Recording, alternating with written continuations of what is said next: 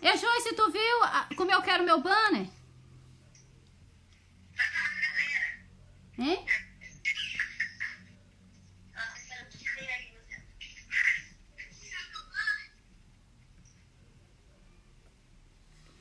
Boa noite, boa noite.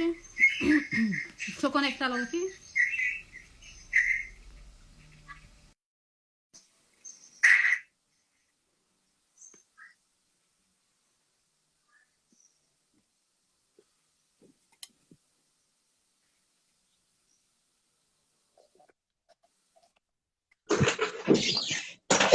Ops, deixa eu inverter Boa a câmera aqui, calma aí. noite, Shanilton. Todos os estudantes de biblioteconomia, ciência da informação, todos os amantes da cultura, da tecnologia, Opa! da matemática, da sumarização.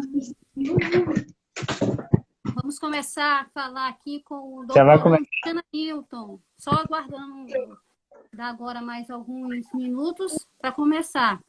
Ter um pouquinho mais de público. Boa noite, pessoal que está chegando. Boa noite. Boa Eu me noite a chamo todos. Elton Nunes e quem está aqui embaixo é o palestrante. Ó. Esse rapaz aqui, eu não conhecia ele assim, não. Ele era um pouquinho mais magro. Mas Joyce está dizendo que é ele, né? Tá bom. É isso mesmo. Tá me ouvindo aí, Djaldo? Tranquilo? Tranquilo. Ah, legal. Boa noite, Josi Cantanhede, acabou de entrar. Vamos ver se vai. Boa noite, Dulce. Boa noite, Claudenice. Tem que permitir a câmera. É só ir lá no cadeado de câmera. Permitir microfone. Isso. Não, Opa, aqui, notificação. ó, divulgando a atlética do curso de biblioteconomia da UFMA. No meu tempo não Atualiza a tinha página. isso. Recarrega. Oi, Joyce. Tá No ouvindo nosso aí, tempo. Joyce? Djaldo tá falando aí. Opa, gente, estou também no Facebook. Se vocês quiserem, pode me acompanhar.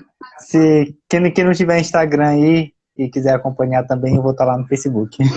Mas se você está no Instagram, provavelmente você já tem, né? Então, Outra live. Daiana Roberta também está em outra live. eu acho que pode chegar mais para cá. Pode até botar nessa cadeira aí, se quiser. Ah, pode ser. Pode fechar, anular de fechar a porta aqui? Fecha a porta ali. Boa noite, Luiz. Boa noite, André. Acabaram de entrar. Boa noite, fiquem. Aconchegue-se, porque o bate-papo hoje é muito bom. Janilton vai falar sobre a organização do conhecimento e interfaces web. Tema da monografia Isso dele. mesmo. Mas não era sumarização. Então, Djalda, eu vi que Demorei para entender sumarização. você ficou falando de sumarização. O quê? Eu acho que vai. Agora não. Mas eu tô falando aqui, ó. Ele capta. Ah, É tá. organização do conhecimento, Mas interface não tem web nada. e sumarização, criação automática de mapas mentais com o Já uso está de tirando meu APIs. foco aqui. É só para transmitir. Gente, eu tô também no Facebook aqui, eu tô dando um alô aí pra galera. Vou apresentar também aqui. Ainda não? Ainda não. Não, coloca público não. Pode deixar assim. Isso. Isso mesmo. Desculpe aí, Djalda. Acho que está tirando meu foco aqui. Então, a monografia é justamente isso. É sumarização de texto e visualização por meio de mapas mentais com uso de APIs. Essa era a proposta da pesquisa, né, a princípio. Na verdade, tinham outras Janilton, propostas e acabou saindo essa. O quê? o Mozart está perguntando aqui, ó. Repete o tema para ele. Organização do conhecimento e interfaces web. Interfaces web. Interface. Estamos no Brasil.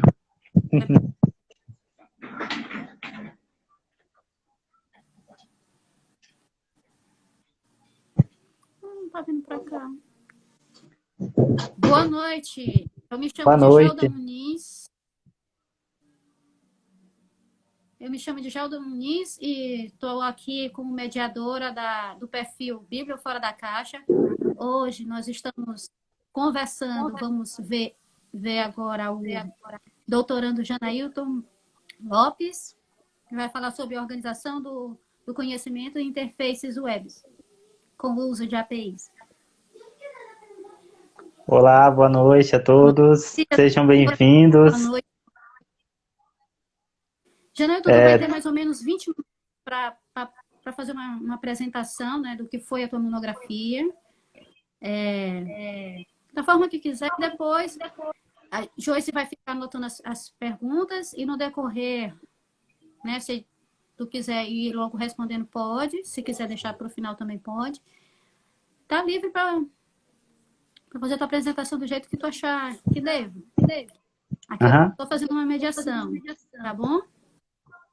Tá ok, tá ok. Então, eu sou formado em biblioteconomia, né, pela Universidade Federal do Maranhão. Também concluí o mestrado na Universidade Federal de São Carlos, agora no ano de 2019. E ingressei nesse ano no doutorado em Ciência da Informação da Universidade de São Paulo. Por mais que, às vezes, tipo assim, o título, né, de doutorando, mestre, pareçam distantes, mas somos pessoas comuns, pessoas normais, assim como você que está aí também assistindo essa live aí, eu, Djaldo, todos nós somos pessoas comuns, pessoas iguais. Não é o título que vai trazer alguma diferença sobre um ou outro. A minha monografia, o título dela, né, foi sobre a organização do conhecimento e o uso de APIs, né, que são Applications Programming Interface, para sumarização de textos e visualização de uma espécie de mapa mental.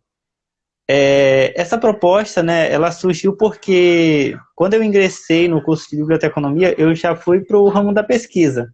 Eu entrei no PET de biblioteconomia, depois eu iniciei um programa de iniciação científica, comecei um programa de iniciação científica, e em seguida eu comecei a produzir minha monografia tentando aliar aquilo que eu aprendi durante as pesquisas, os encontros científicos que eu participei e diversos outros tipos de conhecimentos que eu fui adquirindo ao longo do tempo. Então, eu basicamente, quando eu estava no laboratório de convergência de mídias, né, que é o LabCon, aí da Universidade Federal do Maranhão, eu tive contato com outros estudantes de outros cursos, que eram da área de geografia, da área de computação, de jornalismo, e isso, de certo modo, expandiu a minha mente. Então, assim, por que eu estou contando tudo isso? Porque a organização do conhecimento, ela não está limitada apenas ao conhecimento bibliográfico. Eu sempre defendi essa ideia, que a organização do conhecimento ela é bem ampla. Então, ela não se limita apenas a determinados tipos de conhecimentos registrados. Então, quando eu estava nesse laboratório, eu tive contato com outros alunos de iniciação científica e vi que a organização do conhecimento poderia se expandir. Eu poderia estar utilizando tecnologias recentes, eu poderia estar utilizando novas plataformas de interação. Então, minha pesquisa ela buscou algo desse tipo. Estava meio desnorteado, né, como todo aluno que está encerrando a graduação e fica meio desnorteado sobre o que fazer, sobre o que escrever, o que pesquisar. Mas, de certo modo, algo me dizia que eu deveria ir de encontro com aquilo que eu tinha maior afinidade, que era o uso de tecnologias para aplicações na web, que foi o que eu sempre utilizei, o que eu sempre estudei, né, ao longo desses anos. Então, minha busca começou por programas, plataformas online que tinham lá tipos de visualização de dados, que resumiam textos, que pudesse automatizar determinadas tarefas. Então, uma das coisas que eu percebi é que, tipo, dentro da organização do conhecimento, existem diversos campos que você pode se especializar. Então, eu escolhi uma que poderia ser essa parte da representação do conhecimento, da representação da informação. Então, eu tentei buscar essa área, buscar alguma coisa voltada para a representação. Então, eu percebi que através dos resumos que poderiam ser gerados automaticamente, eu poderia facilitar um tipo de representação. Porque eu entendia que determinados textos eram exaustivos, porque não iriam direto ao ponto. E uma forma de resumi-los automaticamente seria uma forma interessante de fazer com que a pessoa tivesse conhecimento sobre aquilo, mesmo que fosse um conhecimento leve, um conhecimento superficial, mas ela saberia indicar de onde saiu aquele tipo de conhecimento. Então, o que eu fiz, né? Eu conversei com outro aluno que era do curso de computação, que me ajudou bastante, que foi o Anderson. Sem ele, eu não conseguiria executar essa tarefa. Ele começou a me ensinar um pouco de programação, um pouco de PHP, de JavaScript, me dizendo como é que era, como é que funcionava, como era que eu poderia fazer isso num servidor local. Então, ele me indicou todos os passos como eu poderia fazer isso. E aí entra outra questão. Hoje em dia, você não faz nada sozinho. Você não tem como fazer as coisas apenas só você, porque você acha que é melhor, porque você é bom. Você pode ser bom, sim, mas você pode melhorar ainda mais se você tiver pessoas que podem lhe ajudar, pessoas que podem ajudar você a alcançar novos patamares. Então, assim como o Jorge também me ajudou bastante durante esse processo, o professor Márcio Carneiro, e esse processo de aplicação foi muito voltado para... muito voltado assim dentro do laboratório, né? Eu consegui utilizar essas experiências do laboratório para pôr em prática, mas nada disso seria possível também se eu não tivesse um respaldo teórico, que aí vem a grande dificuldade, né? Às vezes dá uma aliada da teoria e da prática.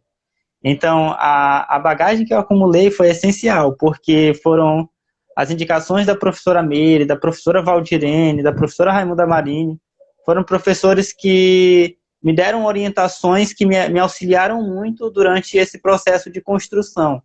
Porque uma coisa é você pensar no objeto e outra coisa é você teorizar sobre aquele objeto e, ao mesmo tempo, tornar ele relevante, né? Tornar ele aplicável, executável. Então, eu refleti muito sobre isso, né, durante esse processo. Percebi que a teoria ela nos traz uma perenidade, ela nos traz uma garantia de que aquilo que eu estou fazendo tem uma coerência, que aquilo que eu estou fazendo está dentro de determinados padrões científicos, determinados padrões acadêmicos. Então foi o que eu busquei, né? Pesquisei vários autores aí da Organização do Conhecimento, sobre resumos, sobre indexação, sobre classificação, toda a trajetória básica que nós conhecemos da biblioteconomia, eu tentei resgatar isso e tentei associar, né, a uma aplicação da atualidade, né, a um tipo de aplicação da web, tipo as APIs, né. APIs são programações pré-ordenadas que lhe ajudam muito a desenvolver uma determinada solução. Então, você poderia, por exemplo, sei lá, tentar criar algum determinado tipo de software e a partir de APIs você tem instruções que já estão ordenadas que vão facilitar o uso dessa solução. Tipo o Facebook, por exemplo, disponibiliza, né, as APIs deles para que você consiga não só transmitir, né, transmitir vídeos, como hoje em dia não dá mais, né? Você conseguiria extrair dados. Se você entrar no modo desenvolvedor, lá tem outros tipos de acesso que o público não é acostumado. Pode falar, Djalma. Essa parte aí eu vou apresentar na minha apresentação da próxima semana sobre visualização de dados em redes sociais, que eu falo das APIs do Facebook, que atualmente não consegue mais com mais facilidade como se conseguia em 2017, 2018. Agora não se consegue mais. Sim, sim. A extração pois é, então... A questão da extração então, sim, nesse sentido, foram esse tipo de conhecimento, né, esse tipo de bagagem que foi possibilitando que eu chegasse a esse material, né, que foi a minha monografia.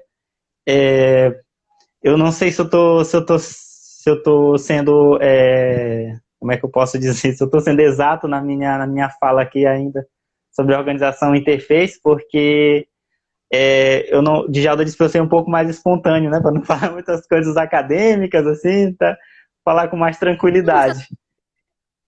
Então eu tô tentando sempre manter aí a coerência na minha fala.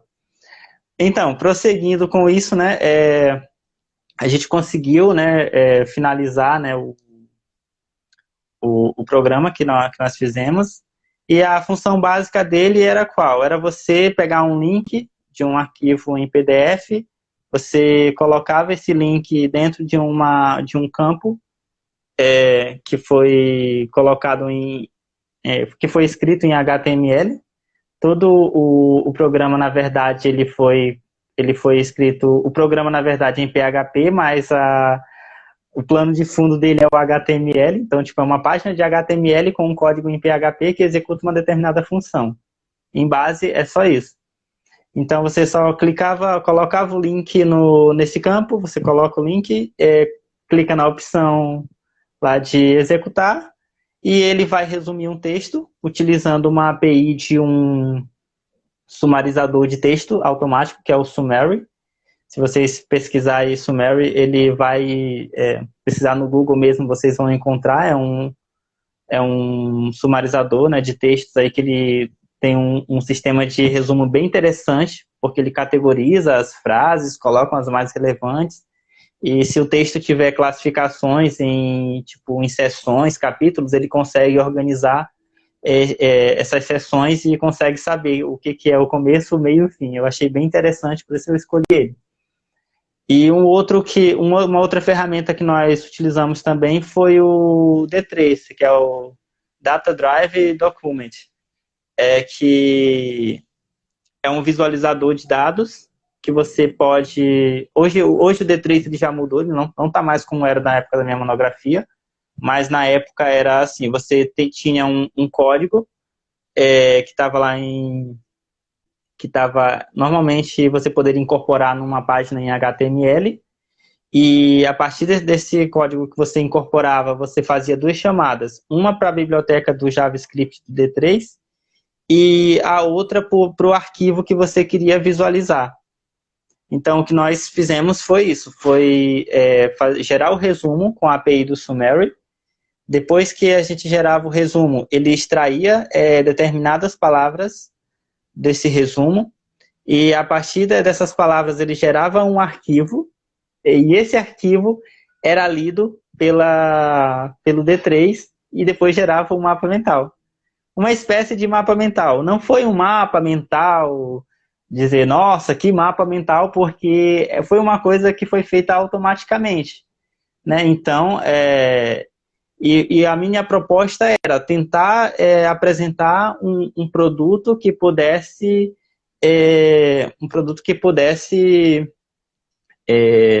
tornar viável nessa junção do resumo textual com a apresentação visual, né, por meio de um tipo de arquivo que normalmente não tem esse trabalho visual, né, que são tipo as palavras-chave, as palavras relevantes.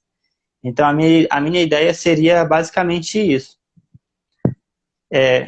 E deixa eu ver o que mais. Não sei se eu já estourei o meu tempo ou não. Ainda estou no tempo ainda. 5 minutos. Ah, legal. Então, depois que eu fiz isso, eu selecionei determinados tipos de textos, que foram textos científicos da área da ciência da informação.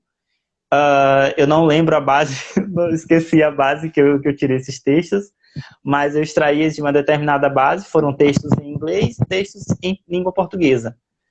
A diferença é que os textos em inglês operam melhor, porque o aplicativo, né, a API do Summary, ela funciona com uma base funciona com base no idioma inglês. Então, os textos em inglês, eles tinham mais coerência, mais estruturação do que os textos em português, que ficariam truncados, ficaria às vezes com uma certa umas certas restrições, principalmente de acentuação, que é o que é mais comum, mas que poderia ser resolvido também. Então, depois que eu fiz essa análise, eu tentei meio que gerar uma classificação desses textos, porque eu queria não só criar esse produto, mas eu queria gerar uma espécie de validação dele. Então, nós fizemos o quê? Além de criar esse produto, eu acabei pegando esses textos que foram resumidos automaticamente e submeti eles a um analisador de texto para indicar o nível de precisão dele. Então, eu utilizei uma outra plataforma web que faz análise de textos e que geram tipo, resultados de precisão de acordo com lemas, o que eles chamam de lemas, né? Lemas são palavras que representariam conceitos. Não sei de onde tiraram essa classificação específica para lema, né? Mas a ideia que se tem é isso, que lema seria uma palavra que representaria um conceito. A partir daí, eu fiz essa análise e essa análise me gerava um determinado grau de precisão de cada texto. Além dessa análise automática também, eu, claro, lia os resumos para saber se poderia ser condizente ou não com aquela análise. Na maioria dos casos, eram. Então, foi muito, muito legal esse projeto de monografia. É um trabalho que eu tenho muito prazer em falar dele, porque foi um trabalho que me fez me sentir pesquisador. Assim, me fez sentir pesquisador e me fez escolher esse caminho de seguir no ambiente acadêmico. Antes eu tinha certas dúvidas, né, mas depois que eu participei do PET, participei do PIBIC e concluí com a minha monografia com a ajuda de amigos do laboratório, de professores que me deram orientações. Então, eu decidi realmente que isso faria sentido para mim, que era isso que eu estaria buscando, né, que era o ramo da pesquisa.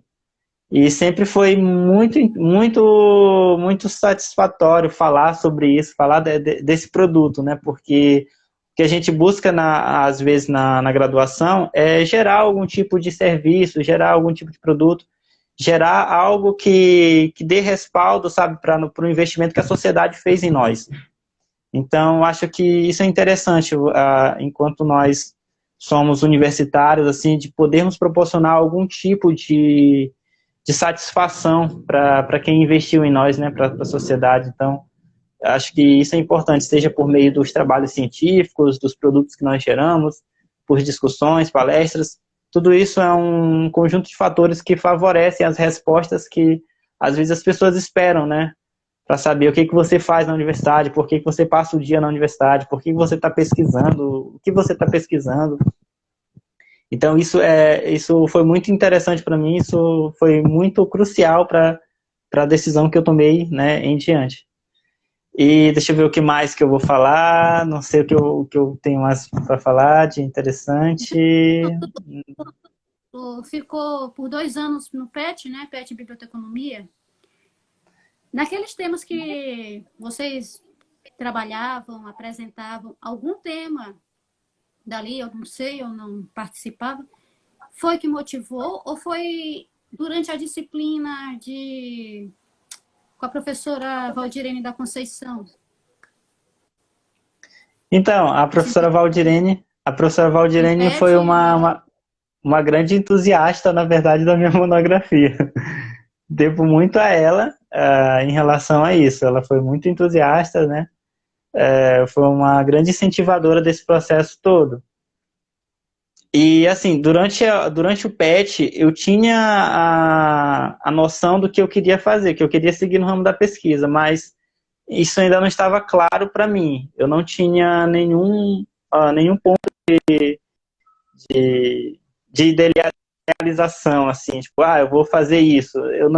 Isso ainda não estava definido ainda para mim. Então, foi a partir realmente da monografia que isso meio que ficou claro, né? A partir do momento que do diálogo com o Valdirene, de tentar, né, sistematizar essas ideias, de organizar para fazer alguma coisa, é que isso ficou mais visível para mim, mais palpável.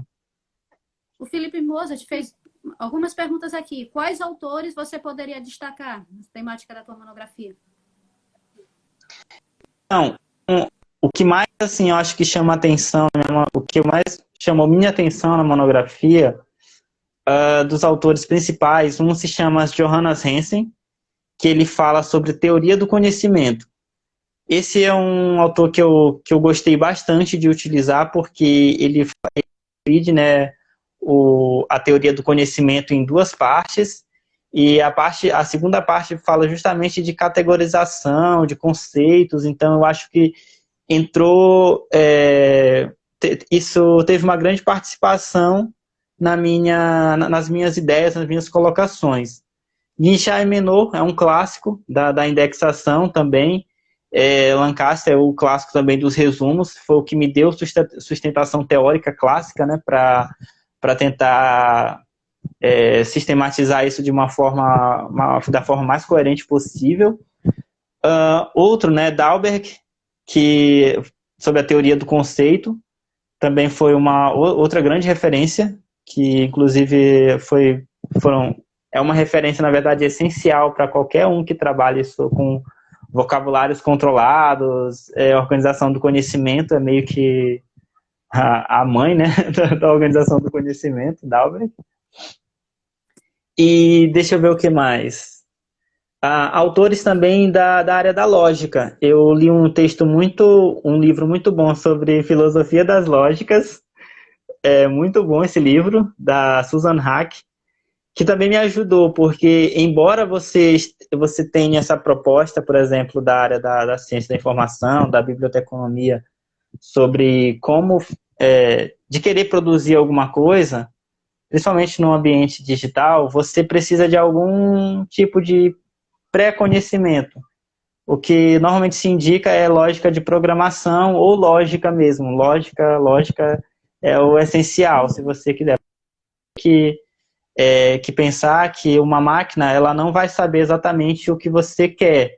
Então você precisa determinar alguns comandos de uma forma sequencial, que é para que ela possa entender isso. Então você tem que dizer o passo a passo. Então os livros de lógica, esse e outros que eu li, me ajudaram bastante para entender essa coisa simples, que é você saber que o computador não sabe tudo, que você precisa especificar o passo a passo para que ele execute uma função. Parece elementar, parece básico, mas se você é de outra área, isso às vezes não é tão fácil para você, isso é um pouco mais complicado, porque você está acostumado com uma outra dinâmica de aprendizado. É isso? Arquivotérica, uma pergunta aqui. Qual é a outra ferramenta que você gera mapa mental? Então, qual foi a minha dificuldade? Quando eu estava procurando ferramentas automáticas de mapas mentais, né, para visualização, para geração de mapas mentais, eu queria que o software fizesse que ele lesse um determinado tipo de arquivo, e daí ele extraísse aqueles textos ou palavras-chave ou padrões, conceitos, e gerasse uma visualização. Só que a minha dificuldade é que eu não encontrei esse tipo de software na época, né, que fizesse isso, que eu conseguisse colocar um determinado texto e ele pegasse lá só as palavras que representassem conceitos e gerasse mapas mentais. Então, o que eu fiz foi tentar buscar nas APIs eu meio que burlar, né, esse tipo de aplicação, porque essa API ela lê dados diversos, qualquer tipo de dado. Então, o programa, o que ele fazia? Ele extraía o resumo e extraía algumas palavras e transformava em um arquivo JSON, né, que é JavaScript Object Notation. E a partir daí que o D3 lia esse arquivo e gerava o mapa mental. Já os softwares normais de mapas mentais, você tem meio que desenhar isso, você tem que fazer isso manualmente, assim, é meio que semi-automático. Ou você tem um software muito bom que você consegue carregar essas informações, tipo, você extrai um determinado tipo de arquivo, seja CSV, XML ou JSON, e você carrega e ele gera automaticamente, ou você faz isso manualmente mesmo. Porque eu percebi que os mapas poderiam ser feitos dessa forma automática, a hierarquia para ligar esses pontos. Você teria que colocar no dado, na sua fonte de dados, uma certa ordem para que ele entendesse que aquilo ali era uma hierarquia que tinha um conceito principal, um conceito secundário, um conceito que poderia se relacionar com outro. Então, os softwares que eu acabei encontrando na época foram softwares para você utilizar manualmente esse desenho do mapa mental. Acho que, inclusive, tem softwares online também que fazem isso. Mas você desenha manualmente o mapa mental ou você carrega algumas informações principais, tipo um conjunto de palavras ou um conjunto de termos de determinado texto e ele extrai essas palavras de uma forma visual e depois você vai conectando os pontos para dizer quem pode ser um conceito amplo ou quem pode estar relacionado com algum tipo de outra palavra ou que isso significa um determinado objeto. Então eu acabei percebendo isso. Não sei se eu respondi a pergunta com precisão. Se foi isso mesmo. Se tiver, pode perguntar de novo, eu vou tentar responder. Foi o Arquivoteca, isso, que perguntou. Arquivotérica, que fez a pergunta. Qual outra ferramenta que você gera um mapa mental? Uma outra ferramenta. Na verdade, eu não estou recordando nenhuma agora de outra ferramenta. Mas, porque elas tinham nomes bem comuns, tipo MindsMap, Maps Tool, eram mais nomes bem simples assim, mas eu tenho esses arquivos guardados, eu posso também estar encaminhando, botando aí na publicação depois, passando para a Djalda, de algumas ferramentas de mapas mentais que eu considero que é bem interessante, que não é 100% automática, mas que pode lhe ajudar já a executar, sei lá, 60% do trabalho.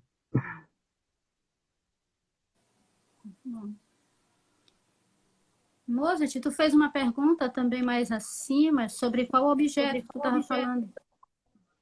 Mozart. É o Mozart que estava perguntando. Estou perguntando para Mozart. Qual a pergunta aqui dele que eu também não entendi a pergunta. Ok.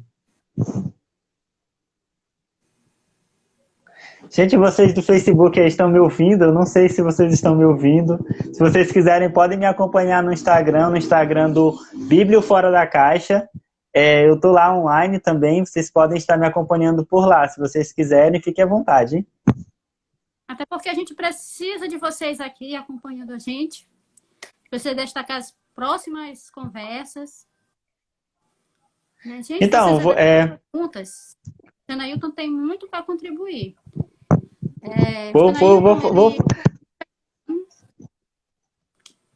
Janailton também foi do Labcom. O que mais que tu foi, Janailton? Então, eu comecei no PET, né? O Programa de Educação Tutorial. Eu acho que eu fiquei uns 2 ou 3 anos lá, não lembro bem, mas eu acho que foram 2 anos. Depois eu participei de um projeto de digitalização das obras do poeta maranhense Bandeira Tribuzzi. Aí, por meio desse projeto, é que eu entrei no Labcom. Acabei entrando depois. Aí eu fiquei também 1 ano no Labcom. Mínima. Não sei se vocês recordam. PET e esse é daquela bolsa da UFMA, né? Isso, isso. Para vocês verem, a gente desvaloriza uma bolsa científica que por causa do valor e pode despertar o interesse para sua monografia, tese, dissertação e assim ir caminhando. Então, eu também queria falar um pouco mais sobre a organização do conhecimento, né, que é a área que eu estou me especializando, a área que eu estou adquirindo mais conhecimento nesse momento. assim, a organização do conhecimento, ela não pode, como eu falei no começo da live, ela não pode ser vista apenas do ponto de vista do registro bibliográfico, né? Que muitas vezes a gente traz muito essa ideia do conhecimento bibliográfico, de textos, de arquivos, de documentos. Eu acredito, né, essa é uma visão particular, que a organização do conhecimento, ela é muito ampla. Ela diz respeito a tudo aquilo que é produzido pela mente humana. Então, qualquer tipo de conhecimento, ele é viável, ele é possível, ele pode ser validado, ele pode ser estudado, pode ser estruturado. Então, quando eu propus essa ideia do tema da live, né, de organização do conhecimento e interface web, é que existem inúmeros softwares, inúmeras plataformas online e diversos tipos de soluções digitais que envolvem a organização do conhecimento, mas muitas vezes nós não criamos. Muitas vezes, por não termos conhecimento, por não ter alguma afinidade com aquilo, com a tecnologia, com algum tipo de linguagem específica, a minha experiência que eu falo para todos que me perguntam sobre isso, sobre experiência com tecnologia, é que busquem formações complementares. Muito se exige da graduação, de que o profissional saia perfeito, que saia exemplar, que ele saia completo, dominando todas as áreas possíveis da biblioteconomia, mas isso não é verdade. Nenhum tipo de graduação forma um profissional completo. Ele vai se moldando ao longo do tempo, durante a jornada dele no ambiente de trabalho, no ambiente que ele vai atuar. Então, você tem o seu diploma lá, mas você precisa também buscar formações complementares, que foi o que eu acabei buscando. Então, durante a época da graduação, eu fiz cursos na antiga Universidade Virtual do Maranhão, que era a Univima, depois se transformou em IEMA, também fiz quando era IEMA, fiz no Senai, fiz em outros programas, outras empresas de cursos preparatórios.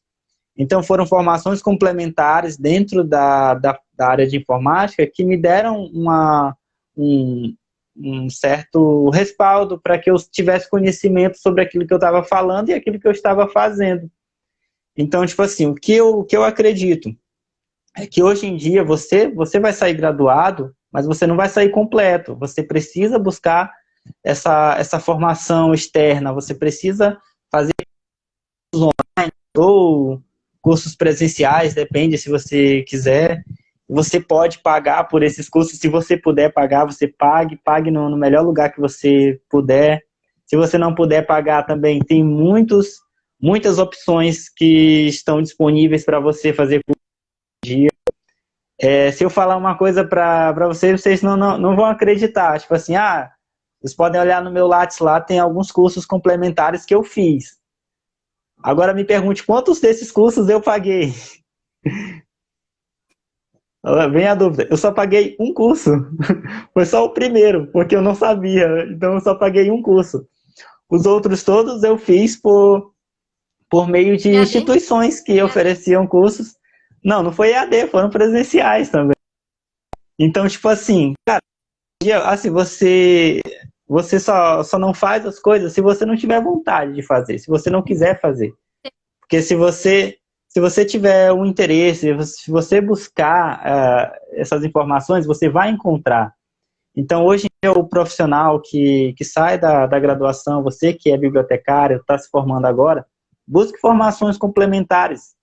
Busque ampliar os seus horizontes, seu conhecimento. Isso não significa que você vai desvalorizar a sua graduação. Você, pelo contrário, você vai enriquecer sua graduação.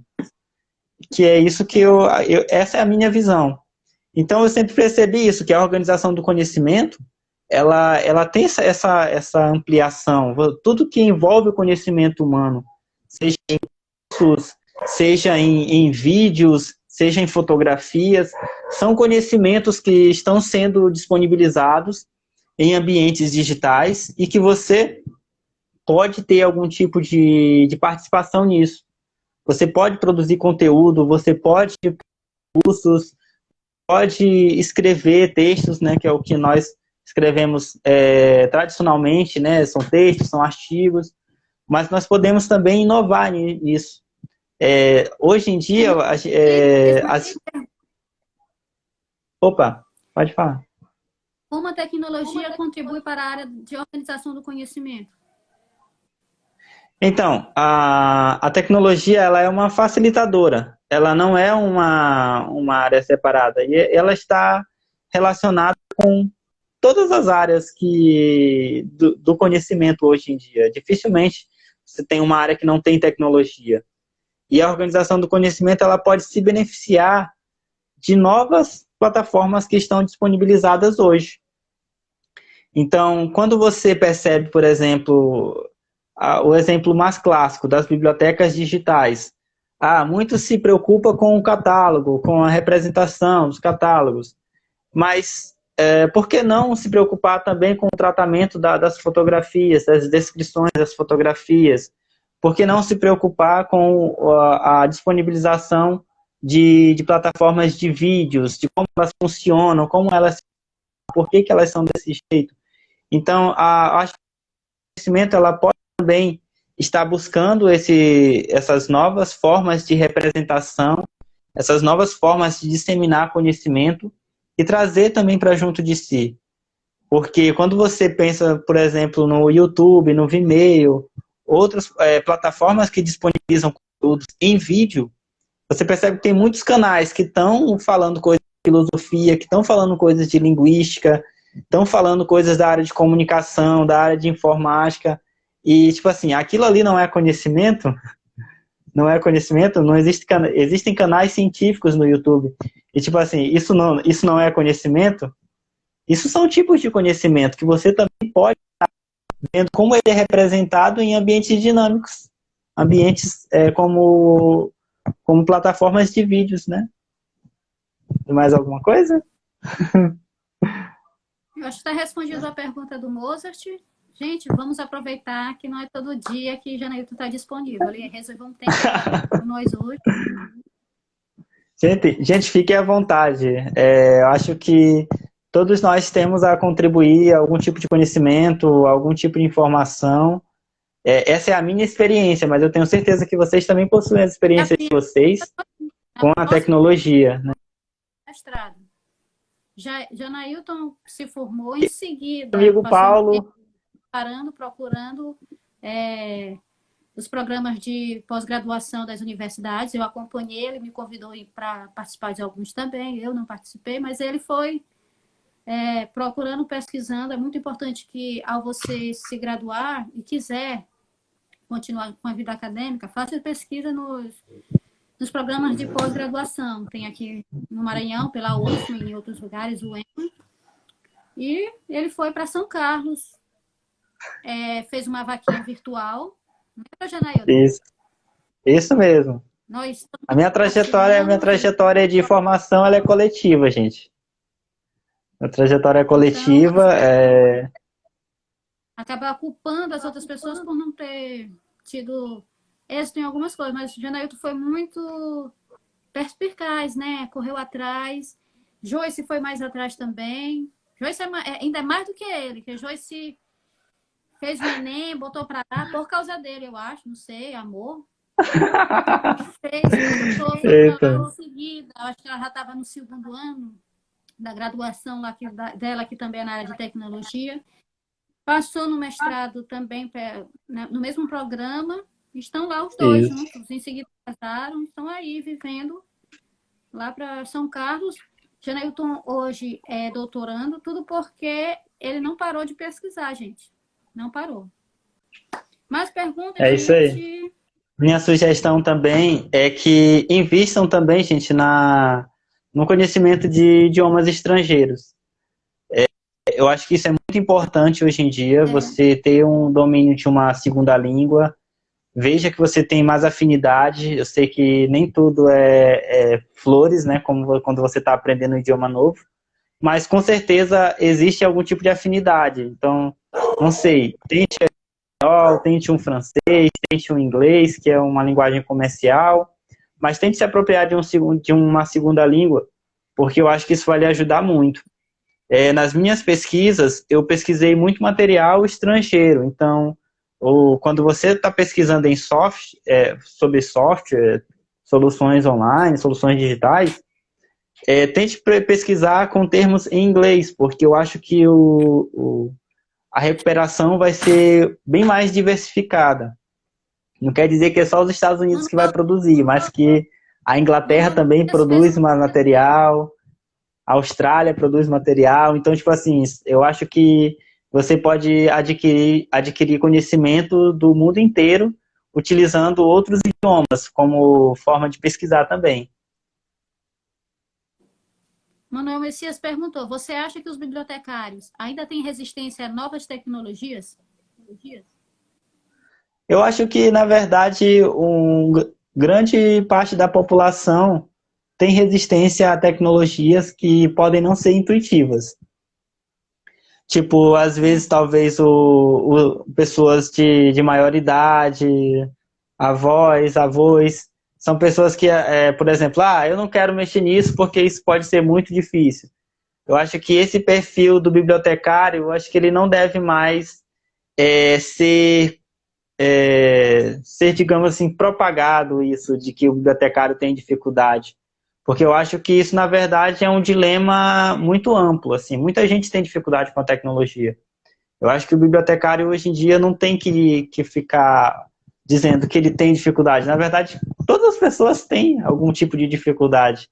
A tecnologia é um tipo de dificuldade. E, infelizmente, se você não se adequar, né, a essas novas tecnologias, a novos olhares, né, novas formações, você vai acabar ficando um passo atrás, 2 passos atrás de outros profissionais que são de áreas talvez mais distante do que a sua, né? E talvez tenham um desempenho melhor. Eu participei de um programa de férias na época que eu fui aí para São Luís, no começo do ano, de uma empresa que é da área de educação. E, assim, é uma empresa que começou com uma proposta muito simples e ela foi ganhando espaço, e hoje os profissionais que compõem essa empresa são profissionais de áreas diversas.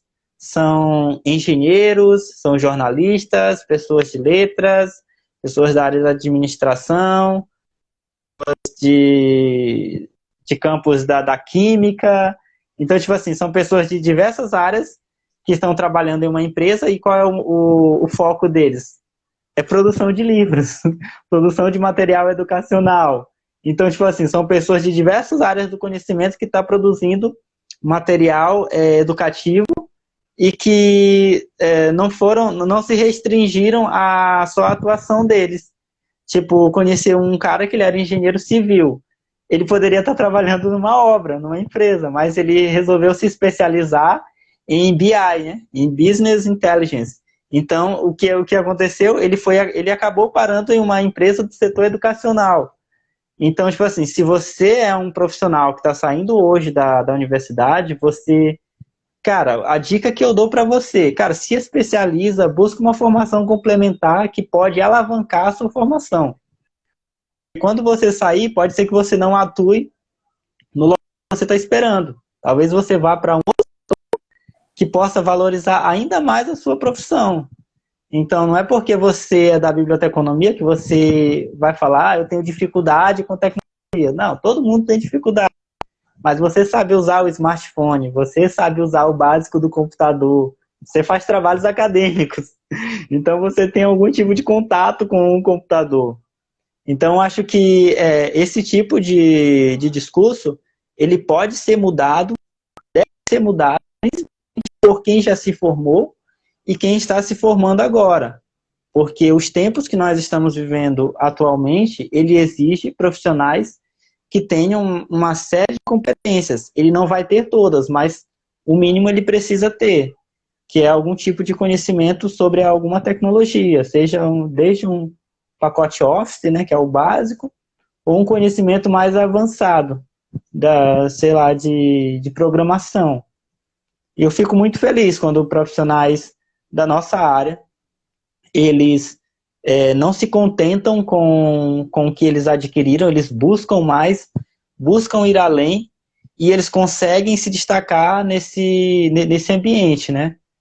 Tem uns colegas do mestrado que são exemplos disso.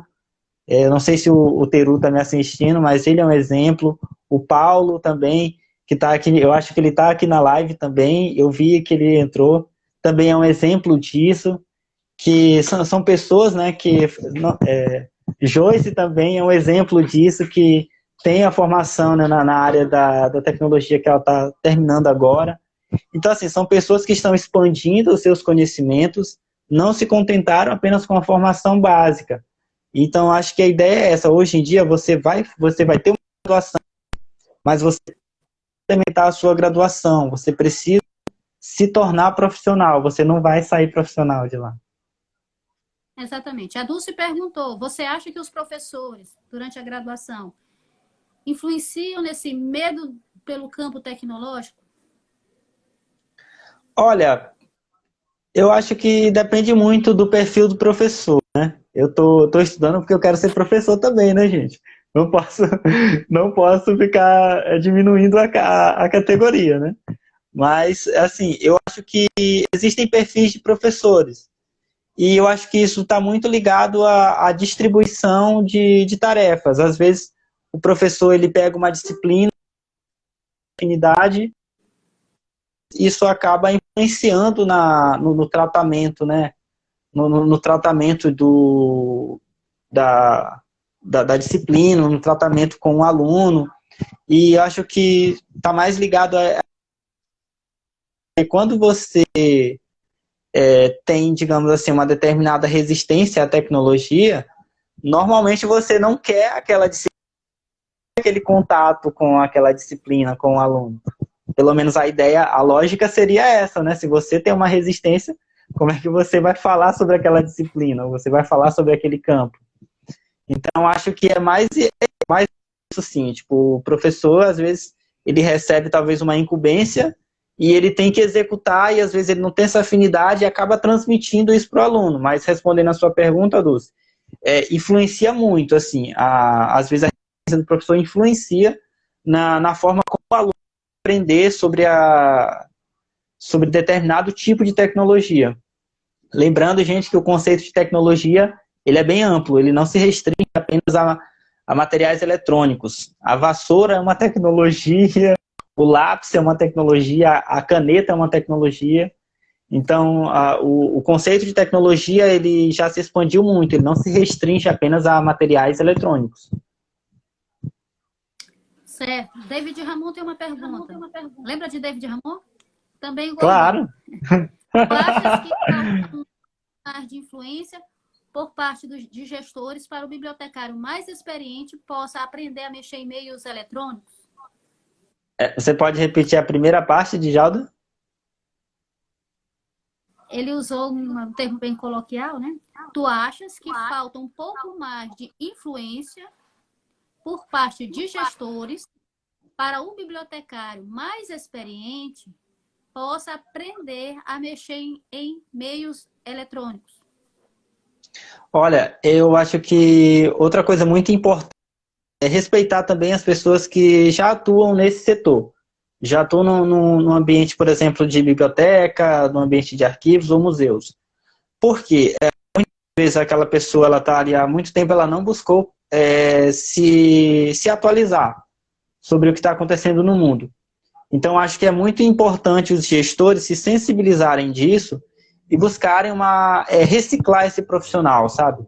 Buscar promover cursos, treinamentos corporativos, treinamentos locais para a equipe local. Então, tipo assim, eu acho muito importante que os gestores tomem iniciativa, mas antes disso eles precisam se sensibilizar, porque se não houver essa sensibilização, com certeza não vai haver nenhum tipo de iniciativa para pessoas que estão há mais tempo nesse setor. Porque, tipo assim, o profissional ele vai buscar, sim, ele vai buscar a sua formação, mas não é porque você está buscando a sua formação, buscando essa complementação, que você vai atropelar todo mundo. Eu acho que a live já está acabando aqui.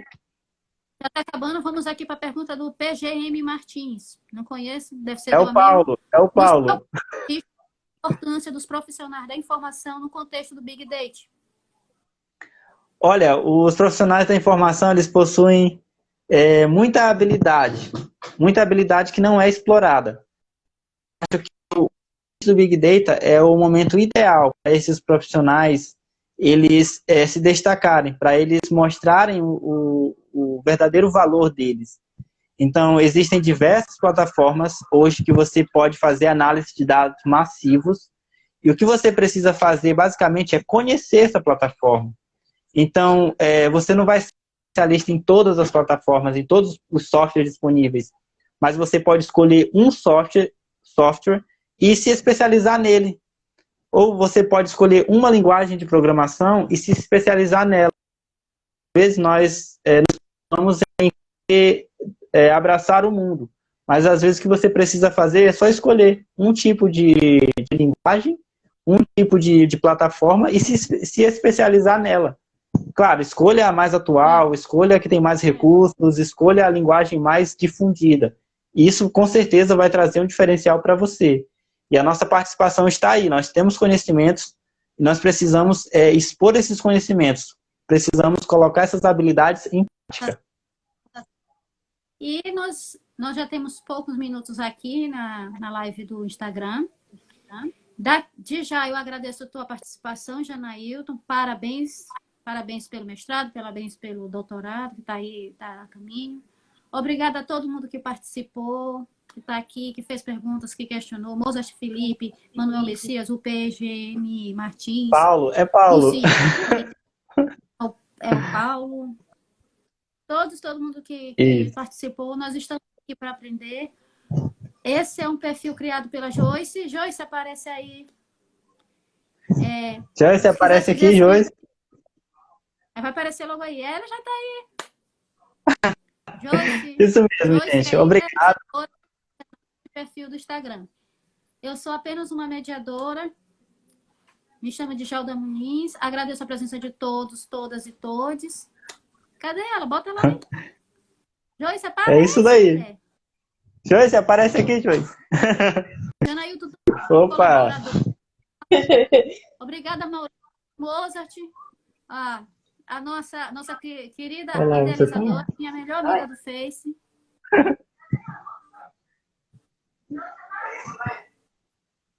E vamos ficar aqui até eles tirarem a gente. Legal. Causar o vídeo gente, obrigado pela participação de vocês, agradeço muito. Obrigado pela participação, agradeço muito o convite. Espero também que vocês aí, colegas que estão me assistindo, possam também participar. O Bíblia Fora da Caixa é um espaço aberto para todos aqueles que querem expor as suas pesquisas, suas opiniões sobre as dinâmicas atuais que envolvem o bibliotecário e profissionais da informação. Sim. Amanhã, gente, também vai ter uma live, hein? Passa para a Joyce. Para, Joyce, que a gente tem que anunciar a nossa próxima live. Ok, eu saio daqui. Então é isso, né, Djalda? Tudo certo? Vamos encerrar a live agora. Eu acho que senão o Instagram vai cortar automaticamente. Próxima live amanhã com a professora Meire Ferreira. Ela vai estar falando sobre retratos da leitura no Maranhão. Né? A arte já está pronta. A gente vai divulgar nas redes. Estejam aqui nesse mesmo bate-horário, no bate-canal. Espero que tenham gostado. Estamos aqui para servir. Espero que vocês estejam aqui para questionar a professora Meire, porque está imperdível amanhã também, tá? A professora Meire é doutora em Ciências Sociais, né, gente? Ou é Serviço Social? Eu não lembro. Olha, mas ela é doutora, então... eu não vou me comprometer. Eu nunca entendi qual era, mas vou botar aqui a artezinha dela. Eu acredito que é em Sociologia pela Unesp. Sociologia. Eu sempre confundo essas... Mas é porque sociologia é uma ramificação das ciências sociais, não é isso? Eu acho que é por isso que eu confundo. Bom, gente... Meire é pós-doutora já. Ela fez o pós-doutorado agora. É pós-doutor, exatamente. Ó, a professora Leoneide chegou. Beijo, manda beijo pra Leoneide, hein? Gente, um abraço, beijo a todos vocês que participaram. Beijo, Leoneide. Meire Ferreira. Na segunda, nós temos o Maurício José.